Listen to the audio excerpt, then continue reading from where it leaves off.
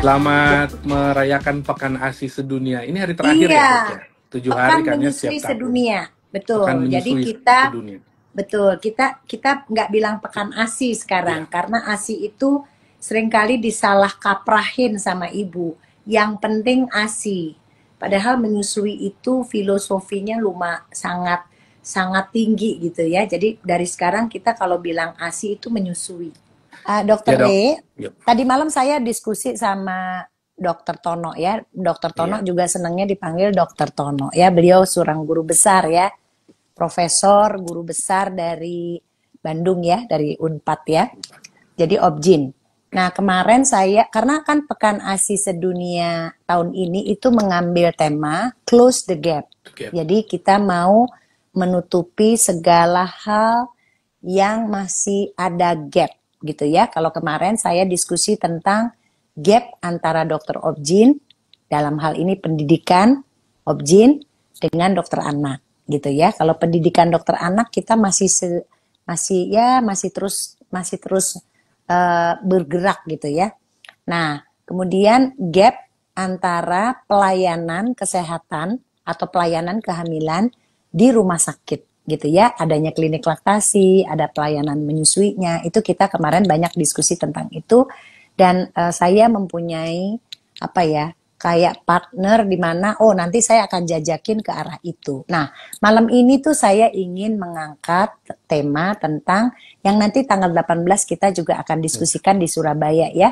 Jadi kita bersama Mang Uung ya dengan komunitasnya, dengan Dokter Andamari dan nanti ada Nikita Willy sebagai ibu hamil yang sekarang yang kedua dan dia sudah sukses melalui mengantar anak itu menjelang 2 tahun Iya, saya rasa ya. Jadi itu adalah hebat ya. masa Iya, yang sangat krusial dan Nikita saya ambil sebagai orang yang mau merawat dengan baik sendiri dengan suaminya, bayinya sampai sekarang jadi anak dan sekarang di hamil kedua ini kita pengen tahu bagaimana seorang yang aktif ya. Jadi artinya dia mungkin bekerjanya dari rumah.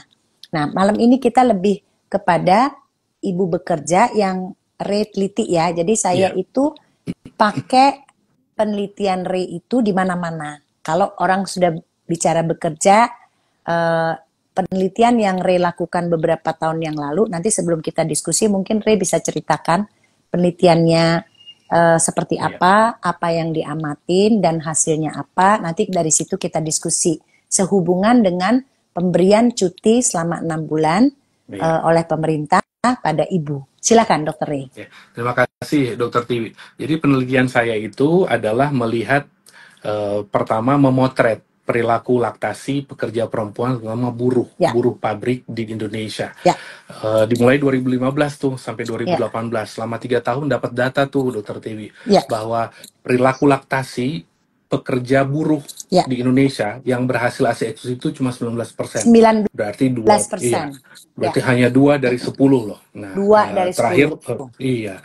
Kemudian kita analisis tuh apa penyebabnya? Cuma ada 3 pada saat itu. Kalau kita bicara gap nih sekarang ya, ada 3 gap tuh. Gap yang pertama Ya, adalah kebijakan, tidak ada breastfeeding friendly policy di tempat kerja, kemudian tidak ada dukungan peer support dan konselor laktasi, dan yang ketiga adalah tidak ada flexible working hour. Terus kita coba nih dengan bantuan Prof. Sudikdo, almarhumah Prof. Saptawati Bardosono, dan almarhum Dr. Ali Sungkar, kita bikin yang namanya model promosi laktasi di tempat kerja. Nah, model itu kita bikin model intervensi, Dok. Itu ada 7 dimensi namanya. Semua yang gap kemarin itu, yang kita identifikasi selama 3 tahun, kita intervensi tuh. Bikin di pabrik, ada pabrik manufaktur, pabrik garment, dan lain sebagainya. Itu diuji cobakan selama 2,5 tahun. Untuk melihat naik nggak ASI eksklusifnya, naik nggak perilaku laktasinya, dan memang terbukti menerapkan promosi laktasi yang ada kebijakan, ada konselor laktasi di tempat kerja nempel terus tuh. Waktu itu setelah ibu kembali 3 bulan cuti kembali bekerja, kemudian flexible working hour ditambah fasilitas yang baik, itu naik 54% keberhasilan ASI wah, eksklusif. oh Hebat oke, banget, Dok. Iya, oke, tapi kan nggak oke. semua.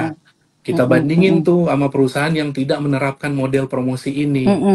Yang terjadi adalah 89% ibu yang tidak mendapatkan promosi laktasi di tempat kerja tidak berhasil memberikan ASI eksklusif. Jadi jauh banget ya dok ya. Ya, jauh Jadi banget kita betul. banget. Jadi memang terbukti nih penelitian ini dikerjakan terus tuh. Kemudian sampai 2021 berhenti tuh. Kan sayang karena ada pandemi ya dok ya.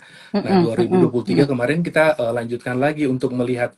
Oke, by the way di 2018 sampai 2020 itu kita nggak cuma lihat perilaku laktasi, ternyata dokter Tiwi ini kan kita sempat ngobrol tuh bahwa ternyata ibu-ibu yang kerja di perusahaan yang mendapatkan model promosi laktasi yang baik, kemudian berhasil memberikan ASI eksklusif, produktivitasnya ternyata lebih bagus dibanding yang nggak dapat.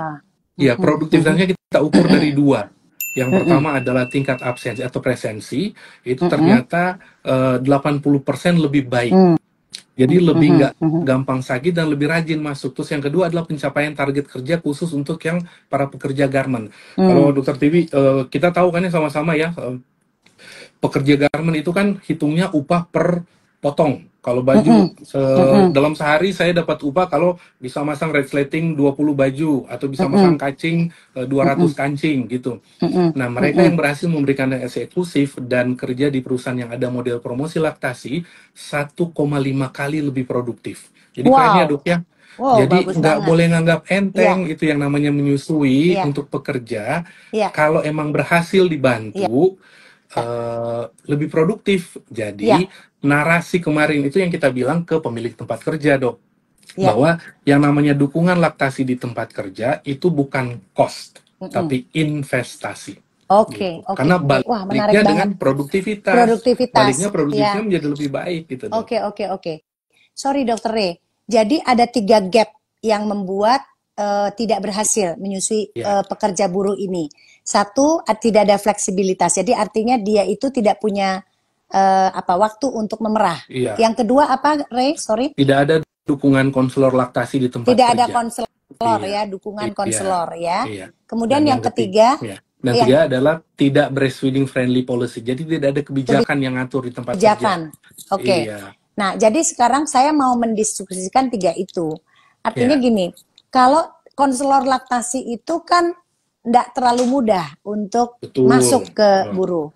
Nah, kalau menurut dokter Re nih, dari susunan pekerja di dalam buruh itu, konselor laktasi ini bisa nggak kita buat atau dari kita, bukan di drop dari luar, tapi orang-orang yang ada di situ gitu, dokter Re? Ya, setuju banget dok. Dan ini juga terbukti di penelitian kami yang di 2023 kan, itu baru dipublikasikan, The Strategic Effort to Support Breastfeeding at Work. Jadi ternyata di tempat kerja bawa nakes yang konselor laktasi terlatih dari luar nggak akan berhasil dok, karena nggak akan berhasil, tapi sedikit banget impactnya. Jadi strategi yang benar itu adalah peer support ternyata dok, kalau di tempat jadi kerja. orang-orang yang di situ gitu ya. Orang-orang yang itu yang dilatih, orang-orang orang dari HRD atau para pegawai itu biasanya kan kalau di pabrik itu ada yang namanya floor warden, itu yang penjaga penanggung jawab section. Nah itu tuh dilatih. Terus apalagi kalau ada mandor perempuan, karena ternyata mandor tuh dok di pabrik itu salah satu yang menjadi faktor penghalang. Penghalang. Karena kalau galak, dia galak nggak boleh nyusu, berarti nggak bisa. Iya, tapi lebih karena nggak ngerti, karena mereka yang namanya mandor ya dok. Ya di beberapa tempat itu saya sempat waktu itu saya datang dengan salah satu enumerator yang bidan, sampai pengen nangis dok ngeliatin, aduh udah maaf ya, udah basah payudaranya karena istirahat laktasinya itu hanya 1 jam selama makan siang. Sementara pengosongan payudara kan harus setiap 2 jam. Ya dok, jadi kebayang dok. Waduh, udah akhirnya 2 minggu kemudian udah kering itu dok. Udah gagal ASI eksklusif ya. Nah, saya juga terluka ini sekarang. Tapi sekarang udah enggak dok, makanya hebat banget. Nah gapnya itu dok yang kita lihat bahwa ternyata floor warden dan yang HRD itu tuh bukan karena galak, tapi karena nggak ngerti, diedukasi gitu dengan model promosi laktasi ini, dan berhasil banget dok gitu. Makanya edukasi sih dok sebenarnya ya kuncinya. Jadi sebenarnya ini karena kan generasi emas ya, kemarin kita bicara sama Prof. Tono, ini kita bicara adalah bayi-bayi yang nanti akan menjadi generasi yang akan datang. Jadi betul-betul semua orang yang ada di lingkungan ibu hamil dan menyusui memang harus mendukung. Nah, Jadi yang dijadikan konselor atau pendukung itu adalah itu ya, tadi Harusnya mandor itu ya? betul, harusnya orang dalam. Yang Oh, pertama itu oke. adalah orang HRD.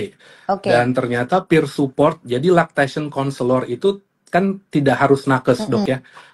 Itu bisa Ya, tidak sebagai harus nakes. pendamping. Iya, jadi namanya pendamping laktasi.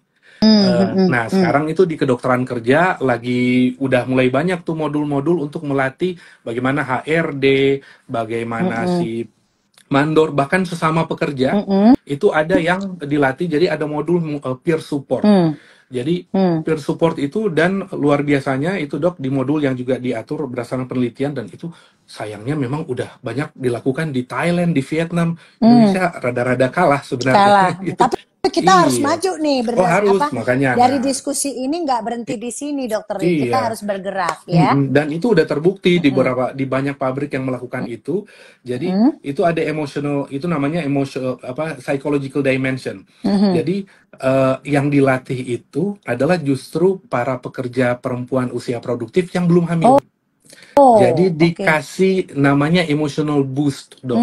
Jadi jadi mereka dikasih pengalaman bahwa kalau Anda nanti akan hamil, balik menyusui, kemudian harus tetap bekerja, don't worry, Anda akan disupport oleh peer Anda. Jadi mereka akan punya potensi kehamilan dan menyusui yang berkualitas di kemudian hari.